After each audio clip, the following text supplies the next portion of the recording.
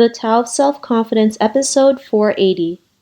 Welcome to the Tao of Self-Confidence, where I share stories of amazing women who have discovered their inner journey to self-confidence.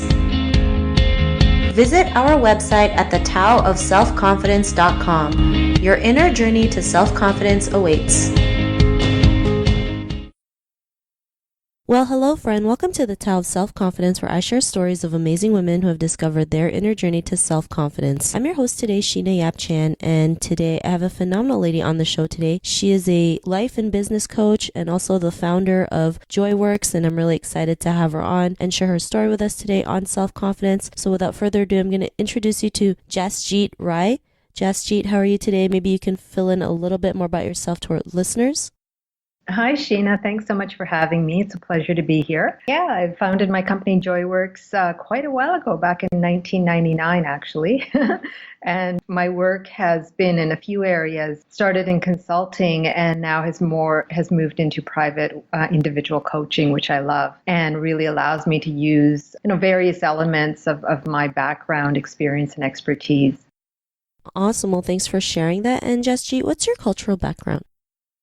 I was born in India, but I've grown up in Canada, so arrived here when I was quite young. And I've also lived and worked in Europe as an adult. And I say that only because I think, after when one travels or lives abroad in their 20s, it's such a significant time and how it can affect who we are. So I feel like very international in that way. The Indian part is certainly some of my own learnings, my spiritual side definitely comes from that. In Canada, the education, everything, the North American maybe approach to things. And then Europe, certainly the culture, style, and all of that has also really affected me.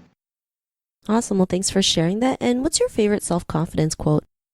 This quote, I'm not sure who it's from. It usually says unknown, but it's every journey begins with a single step. And I love this because I have personally done many journeys, and I'm sure anybody who is looking to increase your self-confidence is going to go on new journeys. And when we remind ourselves that it's just that, just take the first step and then the next and the next, it doesn't have to be so scary. It becomes something that we can actually feel we can handle and manage.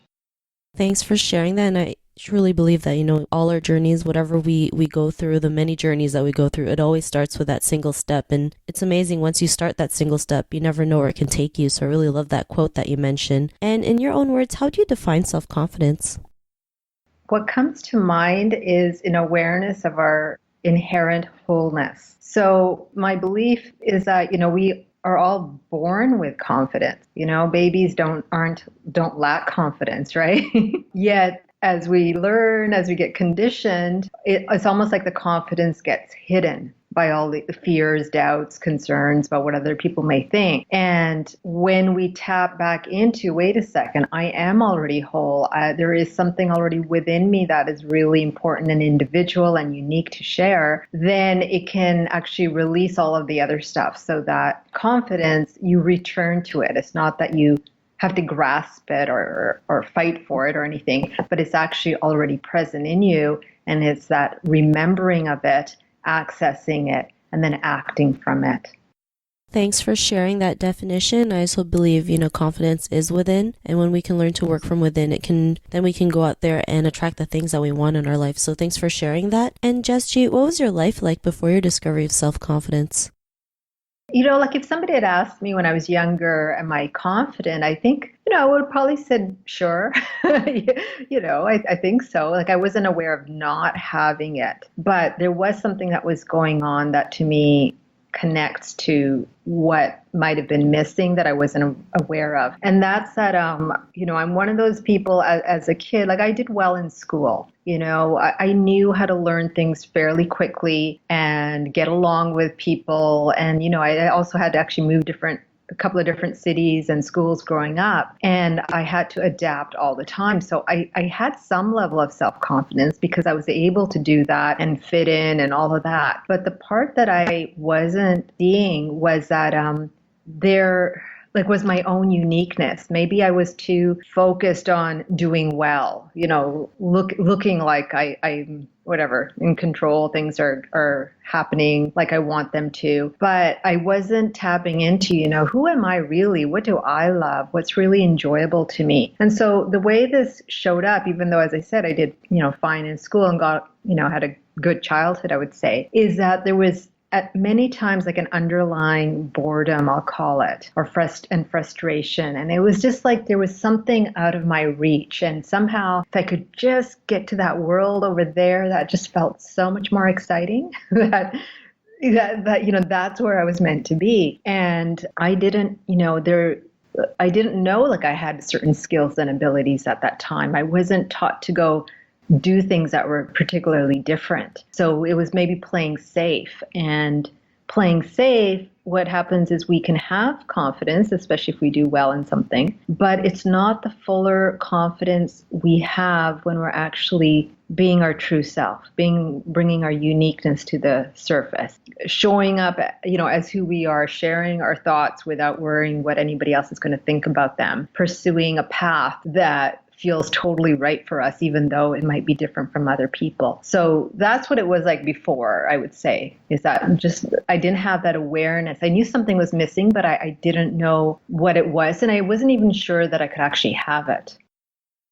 Thanks for sharing that. And we're also prone to playing it safe, right? We've been conditioned to live one certain path, not realizing like there's many other paths that we can, live our life. And what was that moment in your life when you realize, you can be the person that you are today? What was that aha moment?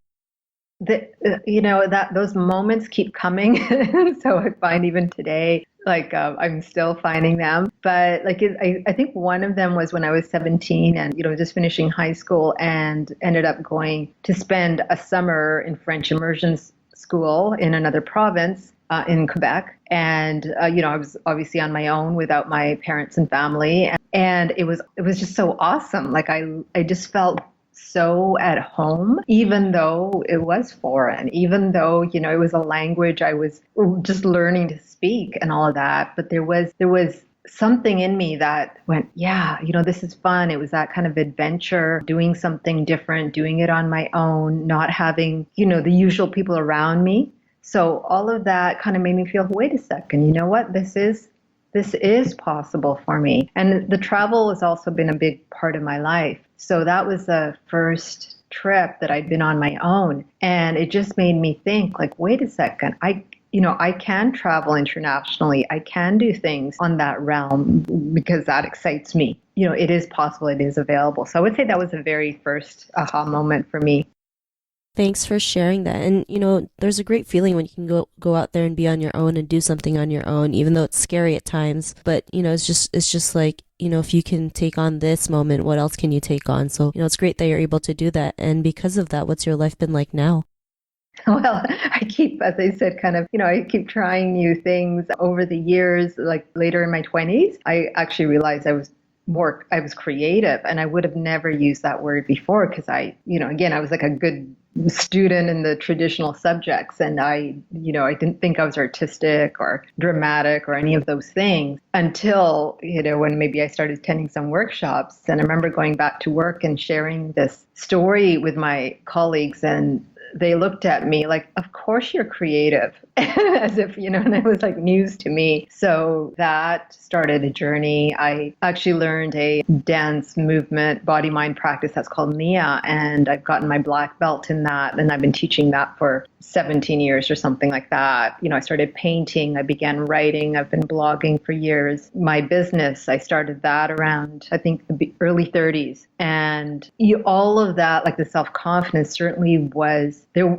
I had built it to the point where I could step out and say, well, I want to be an entrepreneur and I'm going to create my own business. And I created that business very much based on my strengths, my abilities, and what I feel is really important to offer that is unique to me. So, a lot of the things that I've done in the last several years have been much more creative and more risk-taking for sure as well, and more fun. Awesome. Well, thanks for sharing that. And to the woman who's listening to your episode, she may be in her own journey of self-confidence. What would be that one tip you would give to her? Trust what it is that you love. Trust what you love doing and allow yourself to immerse yourself in it, to explore it, to go deeper into it, to get intimate with it, to let it bring out your gifts because they're already there, like whatever we like for a reason. So trust that, bring it out, share it, use it, make it part of your life, your work, your business. Really own it and let it light you up. And then as you do that, you will know how capable you are of creating what it is that you want. Thanks for sharing that. Those are some great tips. And if our listeners wanted to get to know a little bit more about you and what you do, is there any links or social media profiles we can connect with? Sure. My website is probably a pretty good place to start, and that's joyworks, spelled JOIWORKS.com. And I'm certainly on Facebook as well, either under my name or under Joyworks. And so people can find me there.